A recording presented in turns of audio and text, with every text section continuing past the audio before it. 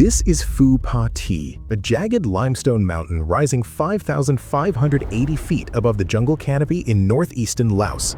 Locals called it the Rock, and from a distance you can see why. Its western face is a sheer vertical cliff stretching nearly 1,400 feet, considered absolutely unclimbable by military strategists. At its summit in 1967 sat what appeared to be a simple collection of radar equipment and a few technicians, but this was no ordinary installation. This was Lima Site 85, the most sensitive military installation in Southeast Asia, and the men stationed there weren't really civilians at all. On the night of March 10, 1968, something impossible happened on that mountain. A team of elite North Vietnamese sappers scaled those supposedly unclimbable cliffs under cover of darkness. By dawn, 12 Americans would be dead or missing, and the United States would lose its most strategic asset in the air war over North Vietnam. This is their horrifying story, and as always, viewer discretion is strongly advised. To understand why this remote mountaintop became one of the most important pieces of real estate in the entire Vietnam War, we need to go back to the fundamental problem facing American air operations in Southeast Asia. It was the northeast monsoon. See, from November through March every year, thick clouds and heavy rains blanketed North Vietnam, making visual bombing virtually impossible. Pilots couldn't see their targets, and traditional bombing runs became exercises in futility. Aircraft would drop their ordnance blindly, hoping something hit the intended target, although most of the time it didn't. The weather conditions were so severe that for nearly half the year, the most technologically advanced air force in the world was effectively grounded by clouds. The solution came from an unlikely source. The United States Air Force had been using a system called radar bomb scoring back home to train bomber crews. It was a simple concept. Ground-based radar would track an aircraft during a practice run and calculate where the bombs would have landed if they had been released. The system used ballistic computers to solve what military planners called the bomb problem, accounting for wind speed, aircraft velocity, altitude, and the trajectory of the munitions. There, someone had a revolutionary idea. What if we reverse the process? Instead of scoring where bombs landed after the fact, what if ground controllers used the same radar and computers to tell pilots exactly when to release their bombs in real time? The concept was brilliant in its simplicity, and it became known as ground-directed bombing. In 1966, the Air Force launched Combat Skyspot, a program that would fundamentally transform not just the Vietnam War, but modern warfare itself. The technology provided accuracy within a few hundred feet, which might not sound impressive today, but in an era when B-52 bombers routinely saw half their ordnance fall outside target boxes that were miles long, it was nothing short of revolutionary. Between 1966 and 1973, Combat Skyspot would direct over 300,000 missions. By 1968, it was guiding 75% of all B-52 strikes in theater. The United States had effectively transitioned from massed saturation bombing to early forms of precision-guided warfare, all because of a network of ground-based radar sites scattered across South Vietnam and Thailand. Each site had a specific call sign and covered a designated tracking zone. Macon operated from Bien Hoa Air Base, protecting the 3rd Corps Tactical Zone. Bongo was stationed at Pleiku, covering the Central Highlands and 2nd Corps. Milky operated from Dong Ha and Monkey Mountain, supporting operations in 1st Corps and along the demilitarized zone. Lid ran missions from Nakhon Phanom and Udorn in Thailand, interdicting the Ho Chi Minh Trail. But there was a critical gap in coverage. The existing sites in Thailand and South Vietnam lacked the line of sight range to guide bombers into the most strategically important area of North Vietnam, the Red River Delta and the capital city of Hanoi. The curvature of the Earth and the range limitations of ground-based radar meant that the most valuable targets remained effectively immune to all-weather precision strikes. The Air Force needed a site closer to North Vietnam, much closer, and they found it atop that limestone mountain in Laos, just 15 miles from the North Vietnamese border. There was only one problem. Laos was officially neutral. The 1962 Geneva Accords had guaranteed Laotian neutrality, prohibiting foreign military forces from operating on Laotian soil. The North Vietnamese, of course, were already violating this agreement on a massive scale, running the Ho Chi Minh Trail through eastern Laos and maintaining significant military presence in the region. But the United States, at least officially, had to maintain the fiction of Laotian neutrality. The solution they came up with was as creative as it was legally dubious. It was called Operation Heavy Green, and it involved a process that intelligence operatives referred to as sheep dipping. Active-duty Air Force personnel were asked to resign from military service. On paper, they became civilians. They were then immediately hired as contractors by Lockheed Aircraft Service Corporation, supposedly working as civilian technicians maintaining radar equipment. They wore civilian clothes, carried no military identification, and if anyone asked, they were just contractors doing a job. Of course, they remained under military command. They still followed orders from Air Force officers. They still conducted military operations. But the legal fiction allowed the United States to claim it wasn't violating the Geneva Accords. If anyone was caught or killed, they were officially civilians who had chosen to work in a war zone, not American military personnel illegally stationed in a neutral country. Everything seemed routine when construction crews began building the installation on Phou Pha Thi in late 1967.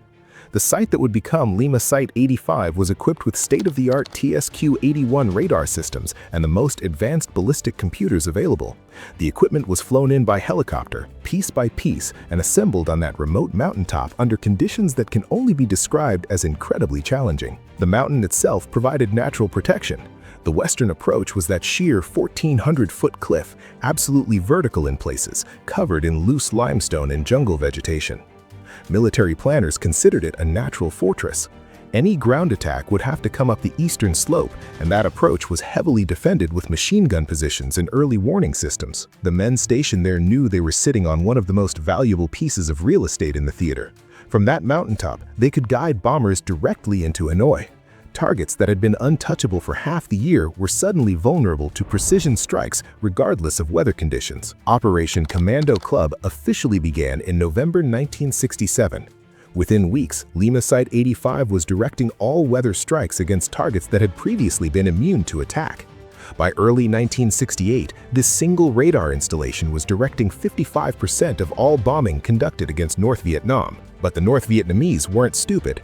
They knew exactly what was happening on that mountain, and they knew it had to be destroyed. The first attack came from the air, and it was unlike anything the war had seen. On the morning of January 12, 1968, an Air America helicopter pilot named Ted Moore was flying near Lima Site 85 when he spotted something that shouldn't have been there. Two biplanes, old Soviet-made An-2 Colts, lumbering through the sky at low altitude. The An-2 was an agricultural plane, a slow, fabric-covered relic from an earlier era of aviation. They'd been modified to carry mortar rounds, essentially turning them into improvised bombers. Moore immediately realized what was happening. These antiquated aircraft were trying to bomb the radar site. What happened next would go down in aviation history. Moore's crew chief, a man named Glenn Woods, grabbed an AK-47, the helicopter gave chase, and in a scene that sounds like something from a fictional thriller, Woods leaned out of the helicopter and opened fire on the biplanes. He shot down two of them. It remains the only confirmed instance in history of a helicopter defeating an airplane in air-to-air combat.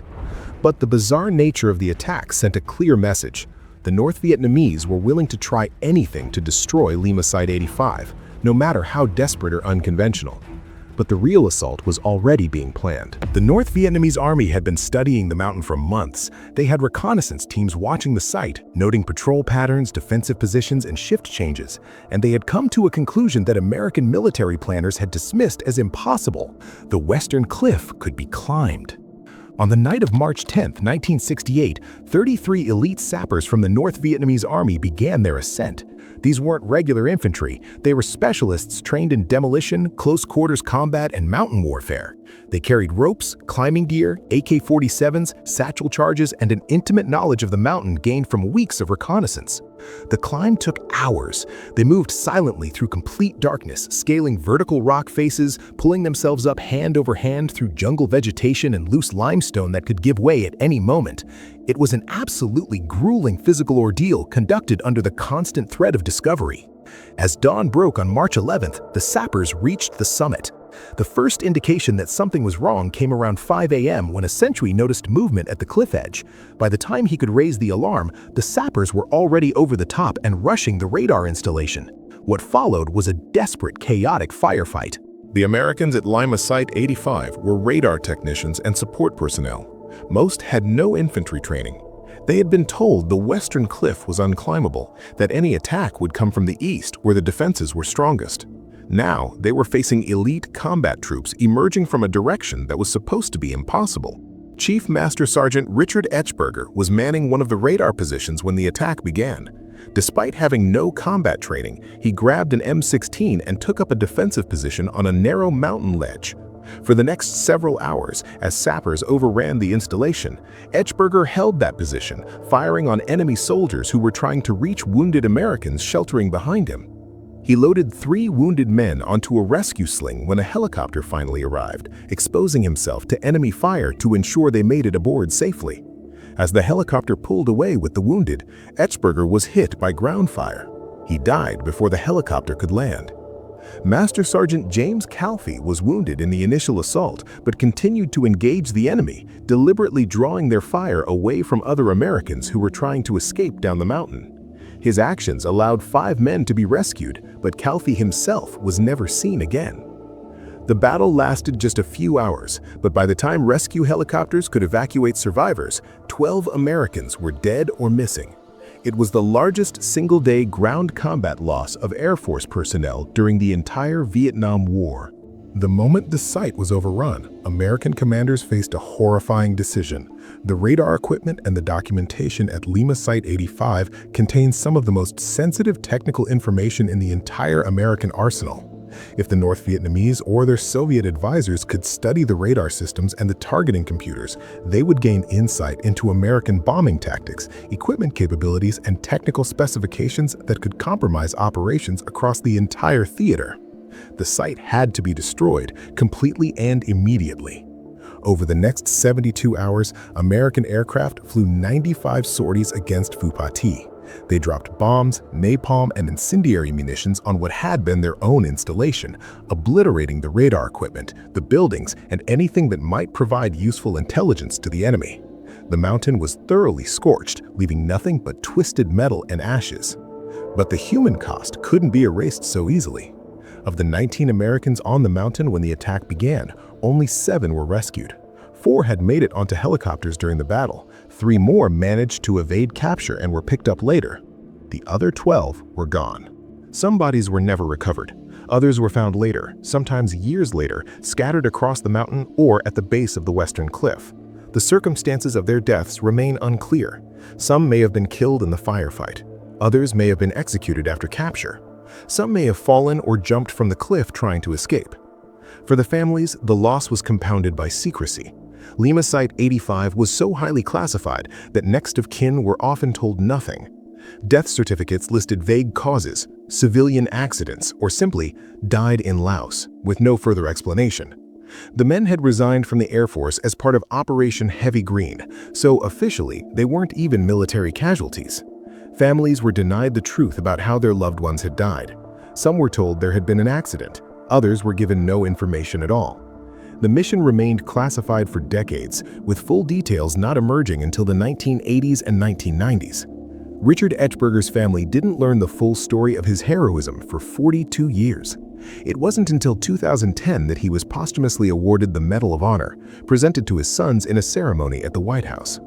James Calfee was posthumously awarded the Silver Star, though the circumstances of his death remain uncertain to this day. The loss of Lima Site 85 was a significant blow to American air operations.